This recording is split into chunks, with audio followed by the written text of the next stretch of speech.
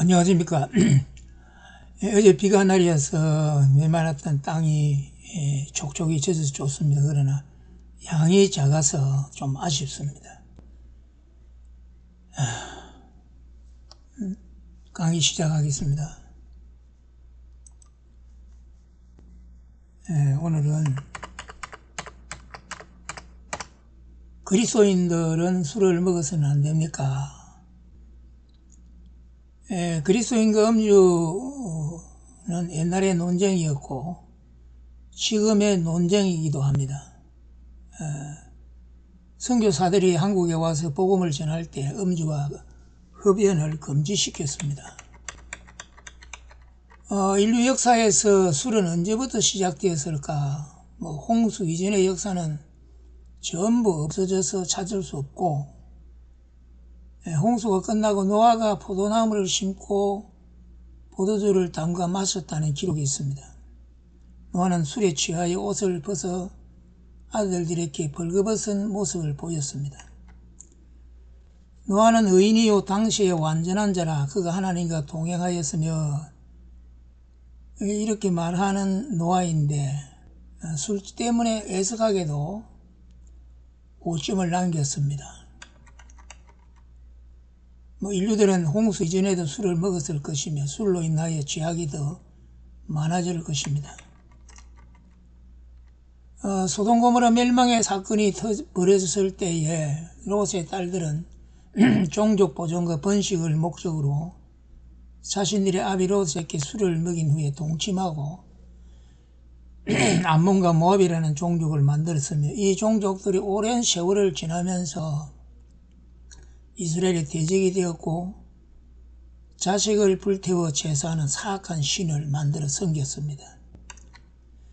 그리스도인들이 술을 먹어야 하는가, 먹어서는 안 되는가, 술과 구원은 어떤 관계가 있는가, 계속 논쟁거리입니다.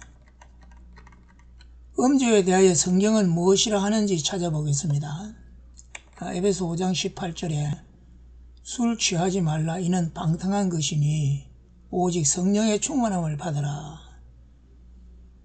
로마서 13장 13절에 낮에와 같이 단정히 행하고 방탕과 술 취하지 말며, 누가복음 21장 34절에 너희는 스스로 조심하라. 그렇지 않으면 방탕함과 술 취함과 생활의 염려로 마음이 둔하여지고 뜻밖의 그날이 뜻과 같이 너희에게 말이라.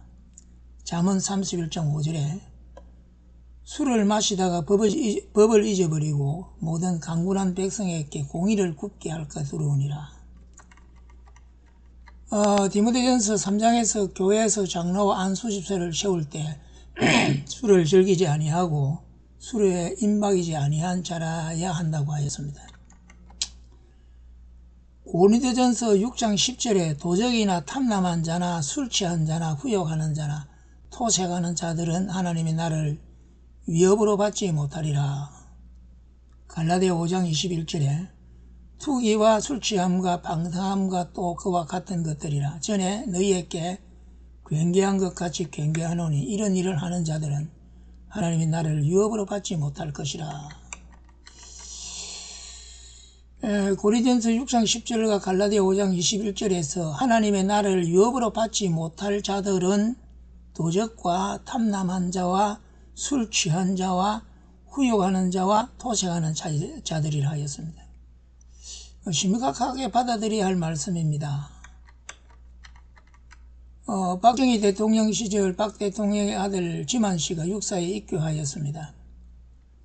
박 대통령은 아들을 위하여 육사 생도들 중에서 지만씨보다 2기수 선배인 노병천 육사 3학년 생도를 아들의 멘토로 붙여 주었습니다.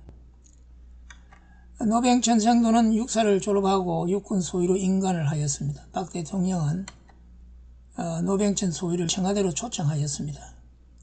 그날 저녁 식사는 국소였으며 박 대통령과 자지철 경호실장 노병천 소위 셋이 식사를 하고 박 대통령이 맥주잔에 맥주를 따라서 노병천 소위에게 건넸습니다.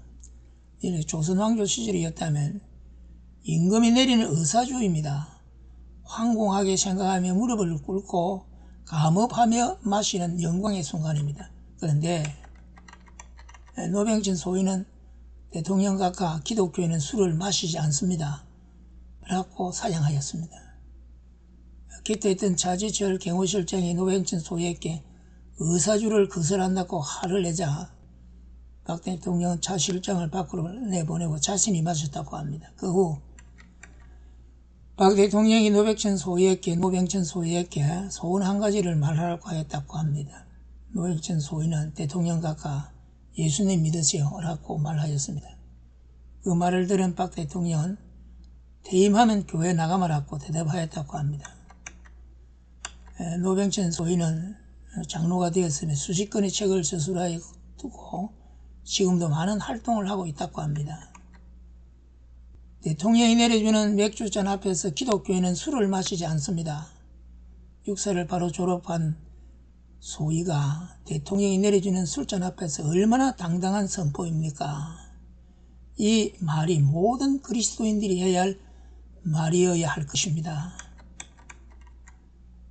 가수 김호중 씨가 음주운전으로 구속되었다는 보도를 들었습니다. 김호중 씨는 찬송가 음반도 내었고 그의 종교는 기독교라고 명시된 것을 보았습니다. 그리스도인의 음주운전은 부끄러운 일입니다. 유다 왕국 말기 나라의 멸망을 지천에 두고도 깨달지 못하고 하나님께 돌아오지 않는 백성들을 깨우쳐 보려고 에레미야 선지는 레갑 족속의 사람들을 성전 어느 방으로 불러서 포도주를 내어놓고 마시게 하였습니다. 레갑 족속의 사람들은 자신들은 조상들의 유언을 지켜야 하기에 포도주를 마시지 않는다고 말합니다.